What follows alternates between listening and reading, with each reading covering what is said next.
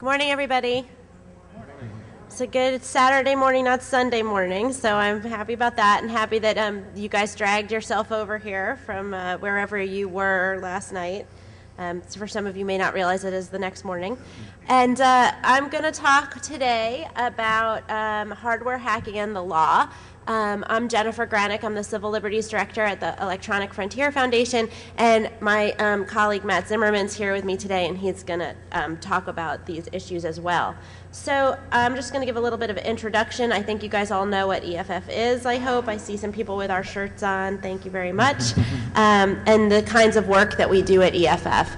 In this area having to do with computer security and coders and programmers and hackers, and then also all of our free speech and intellectual property work and privacy work that we do. So if you have interest in EFF and you don't know about us, you can visit our website.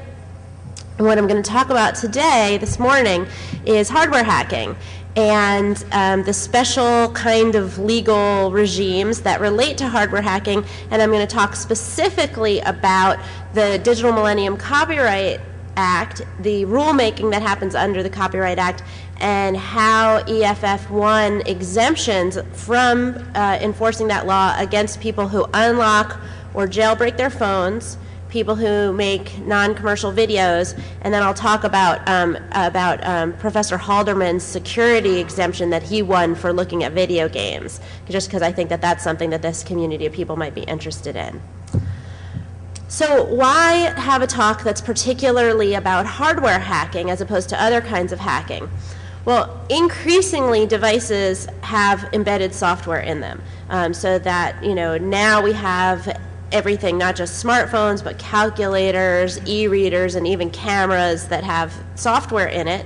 And the hacking that involves accessing embedded software raises special issues under the Digital Millennium Copyright Act, which is this crazy law that we'll discuss in detail. So there's these particular DMCA issues, but one of the basic things that relates to what your rights are with regards to hacking or reverse engineering embedded software are terms of service. And so I'm going to turn it over to Matt for a while to talk about terms of service and EULAs and what the law is there and how it affects your rights with regards to manipulating pieces of software. Good morning, everyone. So to understand kind of the lay of the land, to figure out your potential liability for hardware hacking and other related kind of hacking activities. We have to understand the role that the use of end-user license agreements, private contract, terms of service play into the potential liability realm. There have been a series of cases over the past few years that many of you have probably heard about to some extent or another that really does kind of inform how we're watching these issues go forward and kind of mapping what direction what path it follows. The first is the Lori Drew case that again is probably the most high profile of these cases, and the case had to do with a woman who put together a fake MySpace page saying that she was a teenage boy who then entered into communications with the neighbor girl, pretended to be someone who was interested in this girl, and kind of strung her along for a very long time, and then turned on her and said that she was an awful person. And it's a really tragic story. The girl in this case ended up committing suicide, and the authorities were left with this kind of bad situation from their standpoint of not really having a legal regime, a law to apply to the situation. Nothing really kind of fits squarely, so someone had the clever idea of using the Computer Fraud and Abuse Act, which limits your ability to gain unauthorized access to remote computing networks. And so the theory was that because the MySpace terms of service banned what this woman did, creating a fake profile, including fake information, including age information, that not only was that a violation of the terms of service, but that's actually a crime, and you can go to jail for that. A jury convicted her on this claim. Clearly, she was not a very sympathetic figure. At the end of the day, the judge did what we think was the right thing and ended up overturning that conviction, saying that no, this is not what the CFAA was created to do. It was about more hardware-specific hacking crimes, not a way to turn this kind of private agreement between private individuals into a way to impose criminal liability. But that theory has caught on and given others, especially in law enforcement, this bright idea that that's a way that we can get after people who are violating terms of service. Another case that we worked on is the second one up there is the Calixte case, which had to do with a Boston College student who was accused of sending emails on the Boston College listserv outing his roommate. The students had a falling out apparently, and they suspected him of sending these emails.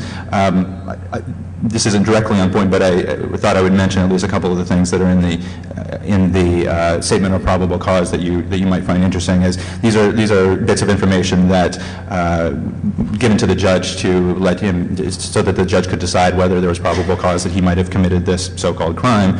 A couple of things in there. Mr. Calixte was, quote, a computer science major who was considered a master of the trade among his peers. Clearly, notorious behavior. That Calixte had a reputation as a, quote, hacker. That it is, quote, not uncommon for Mr. Calixte to appear with unknown laptop computers, which he says that are given to him by Boston College field testing, or that he is, quote, fixing, unquote, for other students. And that my favorite, that he uses two different operating systems to hide his illegal activities. One is the regular BC operating system, and the other is a black screen with white font, which he uses prompt commands on. So, so clearly. For those of you who are in the probable cause talk yesterday, now you know. It's they had him dead to rights. So, it was the same theory. A similar one to the Lori Drew case. Go through all of that information in the probable cause statement, and the theory was, well, there's some terms of service that he must have violated. They didn't quite mention what it was, and it could have been, say, the Yahoo terms of service that you can't use it for harassing purposes.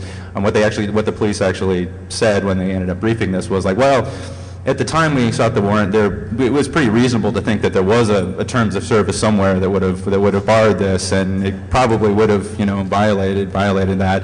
We ended up taking that to the Massachusetts Supreme Court, and the court thankfully ruled in our favor. So it was kind of scaling back that attempt to use the terms of service as a theory in that way. There are two more recent cases that have really given some momentum to this effort to discourage people from using this theory. One is a U.S. versus Lawson, which is a case that we filed an amicus brief in a few weeks ago. Has to do with Ticketmaster and individuals using automated efforts to purchase tickets from Ticketmaster in violation of their terms of service. Again, the government's position is that, well, you're violating the terms of service. This is clearly not a tort. It's not a private civil issue. It's actually a crime that you could do time for. And most recently, the Facebook versus Power case, similar technology. Power developed a tool to allow people to aggregate information across social networking sites. Facebook didn't like that and tried to raise the same kind of Computer Fraud and Abuse Act theory. Just last week, the court issued a ruling saying that no, that doesn't fly. That's not what the statute was intended for. This is not what unauthorized use meant under the statute. So it seems like the law is at least moving in a good direction on this point, even though people continue to try to use this theory. There one aspect of both the Lawson and the Facebook cases that still raise some concerns, and that's that it ties into what I've been talking about already, and that is to the extent that sites use technological protection measures like CAPTCHAs or doing IP blocking, and when you route around those efforts to find, say, a way to automate a way around the CAPTCHAs, or to change your IP address when someone was clearly trying to block you specifically, how does that play into this legal regime? And the court in the Facebook case left open the possibility that if you circumvented an IP block, that could actually mean that you've gained unauthorized access to the system, whereas just the generalized terms of service violation may not impose liability. Doing something else above and beyond that may very well impose liability, and that issue is still live in the Lawson case. So this all, to come full circle, all becomes important. It's not just simply relevant for website usage. It implicates really what happens when someone slaps a terms of service on their product, not only their service but their product. Can someone add a license agreement to their product saying that you're not allowed to do X, Y, and Z, and can you not only find yourself in trouble if they sue you, but can you also find yourself in jail? Thanks. So I'd be interested just generally in what people think about that circumvention issue, because we've tried to, you can see what we said about it in the Facebook case and in the Lawson case, where we discussed the questions of what kind of technological measures are, when circumvented, equal unauthorized access. So these licensing issues really matter when you have hardware hacking, because the software, the embedded software, will come with some kind of license usually, and that license seeks to condition how much you can use and what you can do with the software, and those licenses are generally considered to be enforceable even when they have terms that prohibit reverse engineering and those sorts of things. And the licenses often will say that you're not the owner of the copy of the software, that the copy of the software is actually just lent to you, and that the ownership rights remain with the company, and all of that implicates what your rights to do security testing or reverse engineering are under the copyright law.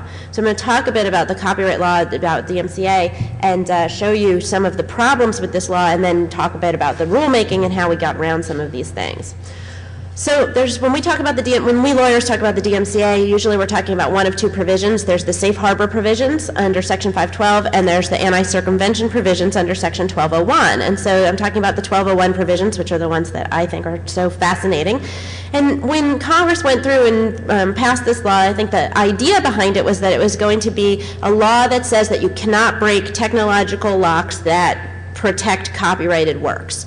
And the idea was to, first and foremost, to prevent digital piracy of particularly DVDs and music and that sort of thing. But also there's this idea that it enables new business models, because companies can control the way you get to the work. So even when it has nothing to do with infringement necessarily, if you could have protection, legal protection for things like, for different technological protection measures, TPMs, you could have streaming, or you could have leasing of music, digital music, and that kind of thing. So the law is structured to have two basic prohibitions. One is a prohibition against the act of circumvention, and the other is a prohibition against the distribution of tools which are used for circumvention. And these are all terms of art under the statute, but I think you get the basic idea is that a technological protection measure, TPM, is something that controls access to the work. It doesn't control copying. We're not talking about something that prevents infringement. We're talking about something that controls the way you use or access the work. People at this point usually raise their hand and they ask me, what's effectively mean in the terms of the statute? Effectively does not mean that it is in fact effective. It means in effect, that's what it's trying to do. So obviously, I mean, I guess I kind of think that makes sense, because if the TPM were so effective, then probably it wouldn't be so darn easy to hack. So the tools provision basically says that you cannot traffic and distribute tools that are primarily designed, valuable, or marketed for circumvention of a TPM that controls access to a copyrighted work. So, acts and tools. What kind of things are TPMs? And you guys can think of these, whether it's DVD encryption, code signing, obfuscation, maybe protocol encryption. There's a bunch of things that could potentially be TPMs, and then the question that courts look to when trying to decide if this is something that you are or are not allowed to circumvent is what effect does the TPM have? How does it govern the work? And the statute has a bunch of exceptions to it that are built into the statute. The three that I think are most relevant to what you guys do are the exception for reverse engineering, the exception for security testing, and the exception for encryption research. I don't want to talk too much about the parameters of the exception, but I wanted to give you guys some examples just of what the language of the statute is, so you can see why it is that I don't believe that the exceptions are enough, that they don't do enough for to protect the kind of research that people need to do. And this is here's your example. This is the exception for reverse engineering. And reverse engineering exception is only for interoperability. And you can see all these conditions on it. You have to lawfully get the copy. The sole purpose can be to analyze the elements that are necessary to achieve interoperability. And it cannot have previously been available to you. And then there can be no infringement. So you can see in the way that Congress has chosen to draft these that while you generally are allowed to reverse engineer, and reverse engineering is generally considered to be not a copyright infringement or justified under fair use or something like that. Here, when you're reverse engineering also is a circumvention of a TPM, the right gets very narrow and small. All these factors condition it. Security testing exemption is similarly cabined. It says that you can only claim that exemption for testing that goes to a computer or computer system, and it has to be for good faith, and the owner or operator of the computer has to be the one that authorizes it. So it's very much this narrow cabined thing that you have to that also controls where you can or to whom you can give the information that you derive from the security testing. So basically, just to kind of sum up this slide, I think if you look at this, I went through all of the exemptions that are listed under the statute and tried to pull out some things that I think are factors that feed into the question of whether one of these exemption applies, just to give you sort of a sense of it. And I think that it gives me, as somebody who represents researchers and reverse engineers, a real pause about how you condition or plan your research ahead of time if you are a person who's doing research on TPMs, to make sure that you would fit in under one of the exceptions. And I think the conclusion that researchers like Professor Halderman came to is that the exceptions that are granted under the statute are simply not broad enough to cover the types of things that people want to do when they're taking a look at various security issues. So you'll see when we talk about about Halderman's exemption request to the Copyright Office exactly that the Copyright Office agrees with him that the security testing exemption is not broad enough, but also disagreed that he gets an exemption anyway. So. One thing that I'll also say is that as much as the exemptions might be so narrow for acts of circumvention, they're much more narrow even than that for tools. So if you are a person who is in the business of creating tools that circumvent TPMs, it's a good idea to talk to a lawyer ahead of time, because it's very complicated and very narrow little path for when you're allowed to distribute tools. I'll just say one thing. The tool provision is not about information. It's actually about tools, but it can be components of tools, and so it's sometimes unclear exactly what that means for people who are trying to simply publish research papers. But generally, we like to think that the tools provision doesn't impact speech or publication. That's just pure information. But if you try to communicate your ideas, as computer scientists so often do, in code, then we have problems. If you're interested just more generally in the DMCA, you can take a look at our webpage. We publish kind of a sum up every 3 years about, I think we do it every 3 years, or maybe it's every 2 years, about the unintended consequences of the DMCA and the types of cases that have been filed in the interim period of time attacking things that we think are legitimate research or legitimate efforts. So Congress put in some safeguards in order, because it recognized when it passed the DMCA that this was kind of new and people thought it would really screw up researchers and other sorts of legitimate free speech and fair use activities. So they said, okay, you can have this rulemaking, and this should be the fail-safe. Like the Copyright Office can recommend, and the Librarian of Congress can issue rules that exempt certain things. And basically, you define a class of copyrighted works, say what the technological protection measure is, and if you can show that it fits these statutory factors, including primarily that it doesn't enable any kind of infringement or anything like that, then maybe we'll grant you an exemption for that class of works. And it was in this rulemaking that we recently won the jailbreaking and the unlocking exception, and the one for non-commercial video. The rulemaking is super complicated in terms of the way that the procedure goes, and the burden on the proponent is really high. And then when you win the rulemaking, if you win, the exemption goes to acts of circumvention. It does not address tools. So that's a very important thing for people to remember. The proponent has to show that for the class of works that you define, the DMCA has had or is likely to have an adverse effect on non-infringing use of that class of works. And I participated in this rulemaking back in 2006 and got an exemption for phone unlocking. This is the class of works that I defined this year as being the one I wanted the exemption for phone unlocking. So the idea here being that you have a handset, it's locked to a certain network, and you want to change it. And some entities, including particularly TrackPhone, had filed lawsuits against people who were unlockers, claiming that the unlocking violated Section 1201. So how did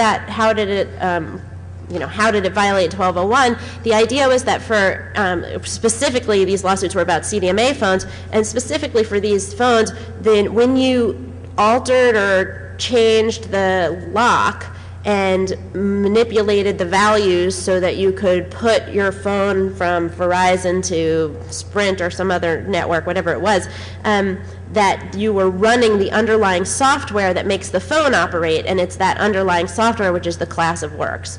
That's what they argued. Now, where's the infringement there, right? Because this is the thing that I think is so interesting about hardware hacking that's different from a lot of the other copyright issues, which is that there's very often going to be some kind of lock or something that controls how you use the firmware, but there's nothing here whatsoever that has to do with infringement. We're not taking the software off the phone and distributing it on the internet or anything like that. Where's the arguable infringement here? And what the companies have said when they oppose our exemptions is that the infringement comes from your running the software in a way that we don't want you to run it. You're not entitled to do this under the licenses. So I'll show you this a little bit more with the jailbreaking, but you can see.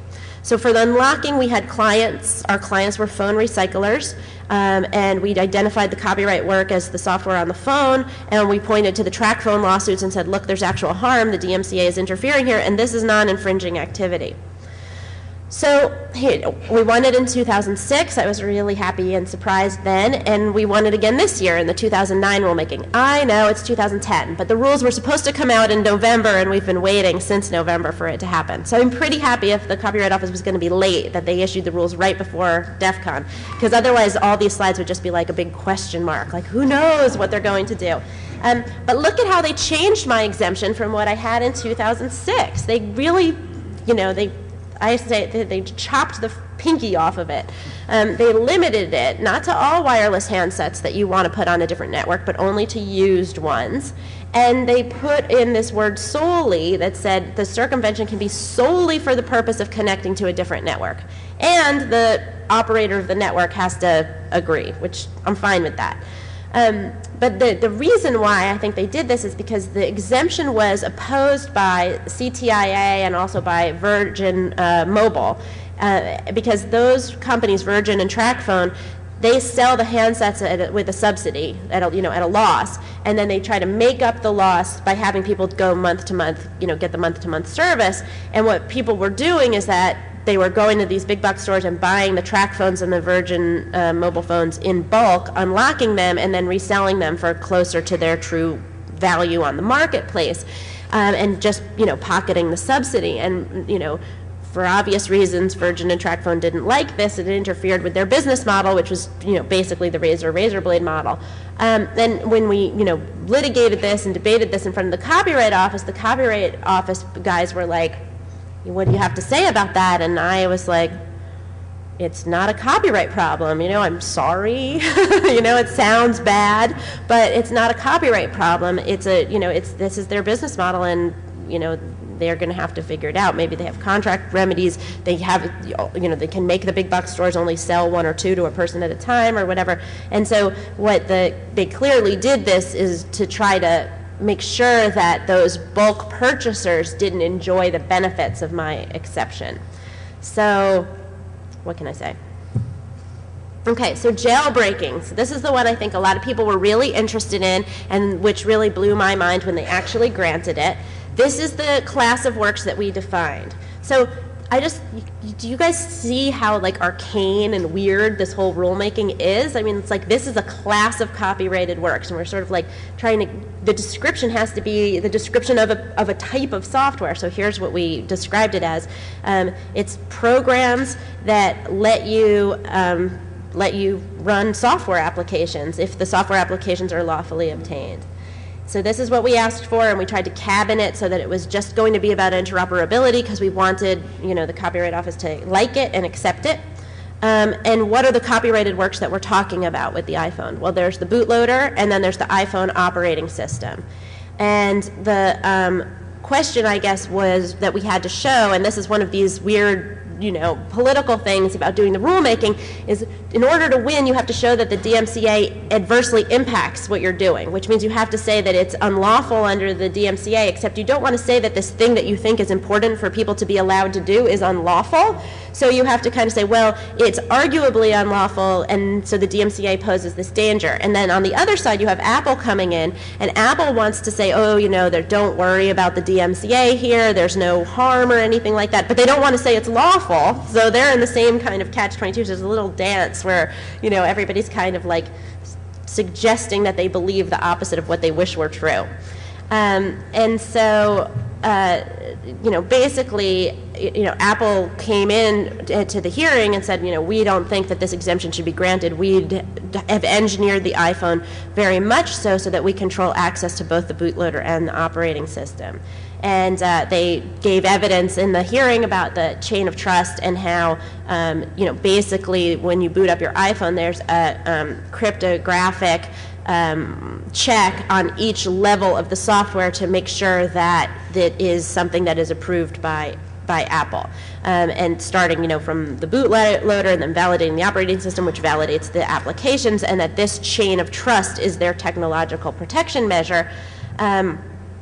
And so, we said, yes, okay, so now we have to show that there's something out there that is going to, that circumvents this, and that this circumvention is legitimate and is in danger. So we looked at and presented evidence about one of the jailbreak tools that's out there and how it works to circumvent the chain of trust, or to basically circumvent the technological protection measure that Apple put on the phone. So, this is basically how one of the jailbreaking tools work, and you can see that this is it's very interesting. It's it's a circumvention. So the question then at that point in the rulemaking for Apple was, well, they have to show that we don't fit in under the statutory allowances for issuing exemptions, because somehow or another we're violating copyright law, and the factors aren't met. And this gets to the point that Matt was trying to make about terms of service and EULAs and licenses. One of the things that they said is, well, when you modify the copy of the bootloader that's sitting there on your phone, you have created a derivative work, and that is infringing. So that's thing number one that they said. Thing number two is that when you have the operating system or software on your phone and we issue it to you under a license, you are not necessarily the owner of that piece of software. You're a licensee. And so owners of software have certain rights under Section 117 of the Copyright Act to do adaptations to enable them to enable you to make your software interoperable with other pieces of software. If you're not an owner, you don't get the Section 117 right. So they said, well, there's no rights of adaptation here that apply, and so when you do adaptations, it's infringement. They also said that the infringement happened from other people, not just the people who were the owners of the iPhones who wanted to jailbreak them. That the people who developed the tools were infringing Apple's software and Apple's copyrights, and that people who made independent applications might also be infringing as well, or at least in violation of their software agreements, whether it be the SDK license or the SDK agreement or other pieces of software licenses. So we had a big argument about this before the Copyright Office, and it was really interesting how the Copyright Office decided to deal with these very difficult copyright issues. And basically what the Copyright Office said was, we've looked at all the case law surrounding when you're a licensee and when you're an owner of a piece of software, and we've looked at the cases about when the Section 117 adaptation rights applies and when it doesn't, and what we've decided is that the cases are unclear. We don't know. Yes, we're the Copyright Office, but we don't know, what the issue is here. So instead of resolving that problem, we are going to say that either it's we're going to say that we think that, to the extent that in some cases the 117 or fair use right applies, or it's not infringing, we think that this is going to be okay, and they just sort of like moved beyond that issue.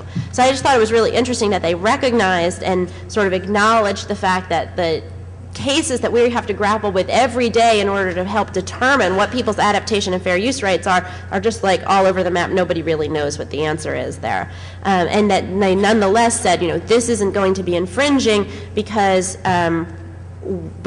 you're just running your own applications on the phone. And so they issued the rule, and here's the language that they chose to use. This, I think, was just so unexpected and great for people who have iPhones and who want to jailbreak them and run their own applications. I think it's, what we believe at EFF is you bought it, you own it, it's your phone, you can do what you want with it. But the other thing that I think is so great about this is how this promotes innovation in that market for applications. So there's lots of independent app stores out there now that are starting up, and I also think that what we've seen in the smartphone platform is that really interesting applications get their foothold in the marketplace, having been on the jailbroken platform, like whether it's tethering or VoIP or something like that, and then once they are adopted by people and there's like a real market for it, there's pressure for it to be adopted by the App Store for the rest of us who haven't jailbroken our phones. So I think this is really, a great thing for, not just for, the kind of like, it's mine and I can hack it if I want to, but also for the marketplace for apps for those of us who are, like me, who haven't jailbroken their phone and don't know how, but want there to be a real wide variety of applications out there. I mostly think of tethering and VoIP and not the fart ones, but whatever you like, it's fine, because that's what capitalism's all about. Want to mention the other EFF exemption that we won. This, I think, is mind-blowing, really, because whoever thought they'd do anything good for people who want to make fair use of DVDs? We asked for an exemption for non-commercial videos, basically like mashup videos that people create from ripping DVDs and then put up on YouTube or other distribution sites. There were film professors who had basically blazed the way for this. So Pete DeSherney, a film professor in 2006, had asked for an exemption to allow professors to circumvent CSS on DVDs so they could take clips of DVDs and show them in their film class. And he presented evidence to the Copyright Office in 2006 that the alternative there was, let's say you were having a class about, surveillance in the movies. Instead of being able to rip the DVD and take little chunks of the films to show them to people, you would have to have like an array of DVD players all queued up and everything to play, one for each movie that you wanted to play the clip on in order for your class to go smoothly at all. And the Copyright Office was like, yeah, actually that does sound kind of bad. So that was sort of like an in, really, for them to understand that there are lots of fair use reasons, not just for film professors and for criticism and commentary and all of that stuff, but a lot of fair use reasons, documentary filmmaking and non-commercial mashup type of videos, why we should be able to circumvent CSS. So they issued this rule. I almost fell on the floor, but it's awesome. So, you know, for those of you, whether you're somebody who makes these or somebody who watches them, it's awesome. I want to talk a little bit about Alex Halderman's exemption that he asked for with the assistance of the clinic at the University of Colorado and Paul Ohm's students there. Alex had asked for, you know, he has done a lot of research on TPMs that are on CDs and that sort of thing. He was the one who found the Sony rootkit, and he had done research on other TPMs as well, and asked that security researchers like himself be allowed to circumvent these measures in order to find out whether these access control measures compromise the security of computers more generally, and also to figure out whether there was in fact one of these types of backdoor TPMs on any particular sort of media. And this is basically the language that he had asked for. The works he asked for were video games and then also more general literary works like sound and AV recordings. And he said, look, you know, we actually can't do the research that we want to do because of this. And one of the things that the other side said was, well, hey, you have a security testing exemption. So what's the problem? Congress has already given you an exemption for security testing. So if you recollect back when I was talking about the security exemption, that is only for computers, testing on computers. And this isn't testing on computers, this is testing on DVDs and CD-ROMs and those sorts of things. So it doesn't apply. This is just the security testing exemption is too narrow. And then, of course, the argument there is, well, that's what Congress wanted. It didn't want anything broader, so don't give them the exemption, and, you know, the battle goes on. What the Copyright Office eventually recommended was that the exemption be granted for looking at TPMs that control video games, but not for the broader class of AV and musical works. And they rejected the full exemption because they said that Halderman had not made a factual record that there was going to be real harm in the next, 3 years. So this is another weird thing about the rulemaking, is you've got to show that there's likely to be harm in the next 3 years, which is like what's going to happen, based on just what happened before. And he, in the evidence that he presented, that they were able to present, looked to Secure ROM and the few things that were out there, but those were about video games and not about this broader work, so they said, well, you haven't shown it. I bring this up, I guess, I just want to point out, like, a lot of people ask me when we talk about the jailbreaking exemption, does this mean I can also jailbreak my iPad? And the answer to that is no, because iPad didn't exist when we asked for the exemption, so we didn't frame the class of works as being those that cover the iPad. We didn't know. And it's the same thing sort of here. You've got to look at what happened in the 3 years prior and then project what might happen in the next 3 years, and you just don't know. And if you try to be more broad and expansive about what might happen, then the Copyright Office rejects your exemption because you didn't have factual evidence in the record. This is the text of the exemption that the Copyright Office did issue for video games. So you can see the same kind of very cabined, narrow stuff that we talked about before. It's got to be used.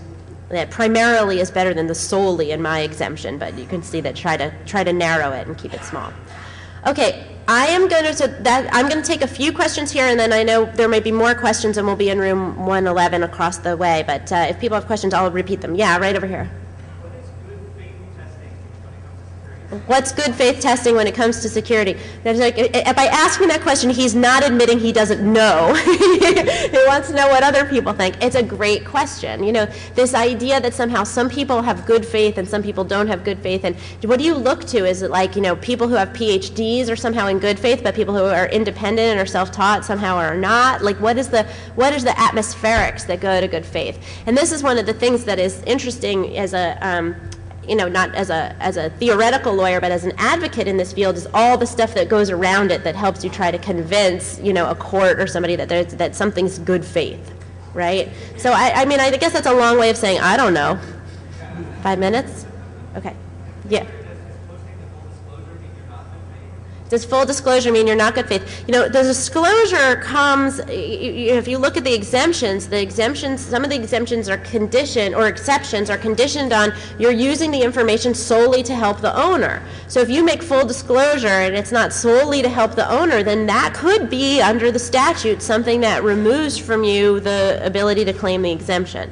Not in every case, because each exemption is different, but that it's an issue there. I don't think Congress meant to be taking a position in the full disclosure versus limited disclosure debate, but it's a factor. It's definitely a factor. And for those of you, if anybody's in the audience who's ever come to talk to me about disclosure issues, you know what I always say, which is that the disclosure is legitimate, but the way you do it is going to condition what's going to happen, just because it's how people feel about you, and that those sort of atmospherics, when you're operating in a legal regime that's kind of fuzzy, really matter. So, yes, here on the aisle. With regard to used handsets, what constitutes used? If I make one phone call and What's used when you talk about used handset? My answer to this question is the same as my answer to the last question. I don't know. I guess I know what's definitely used. I think that they just put it in there and figured, let TracFone and Virgin Mobile litigate it. Yes, over there.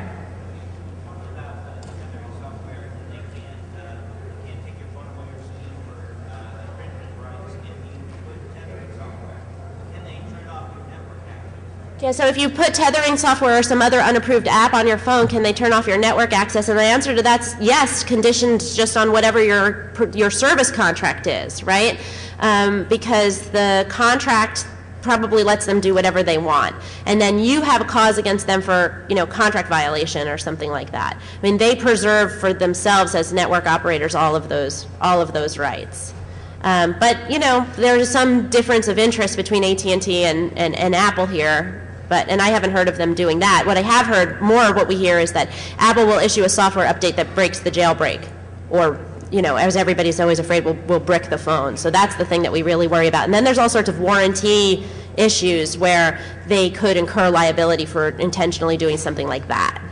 Okay, I'm going to look over here on this side of the room. Any questions? Yes, this gentleman here in the front.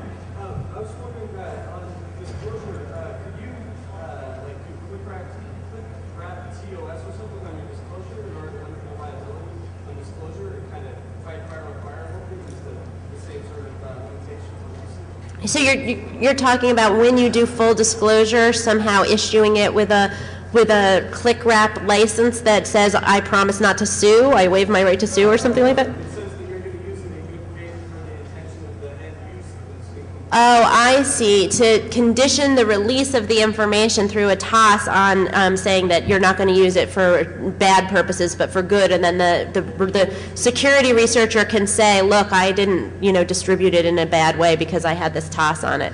Do you have a thought about that? It's true, If you do that, and then let me know so we can see if it works or not. I don't think it can hurt.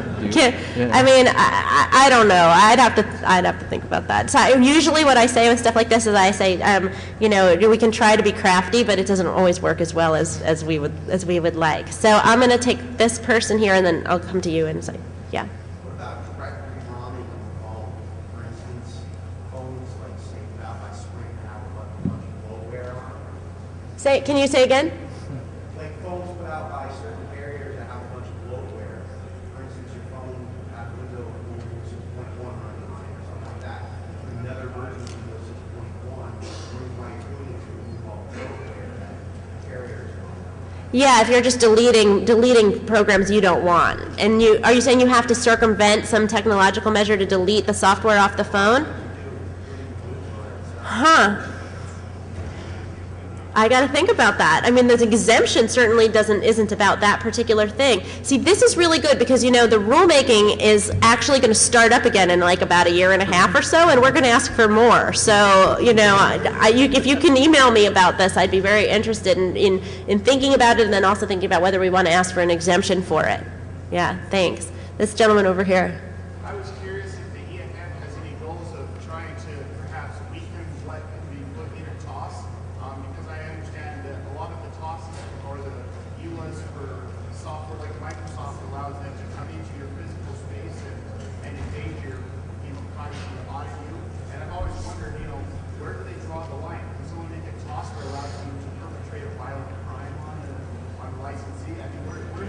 Yeah.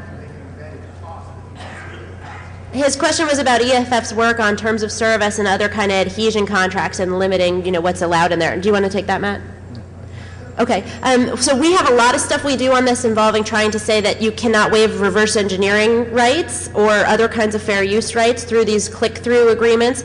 We have our work we do on the computer crime area that Matt talked about involving saying that terms of service can't be enforced as a matter of criminal law, and we have a bunch of unconscionability type work we do on other terms of service issues. So the thing with terms of service is a question of, is it a contract? And that's like the first thing is about formation, and then the second part is about substance. The second attack is on substance, and is the substance of the contract unconscionable or otherwise unenforceable for some reason. So we do a lot of stuff on that because exactly the reason you say these are contracts of adhesion. So that's all the questions that we can take here. We're going to be in room 111, and I want to thank you all for coming at this ungodly early hour and talking about this interesting topic.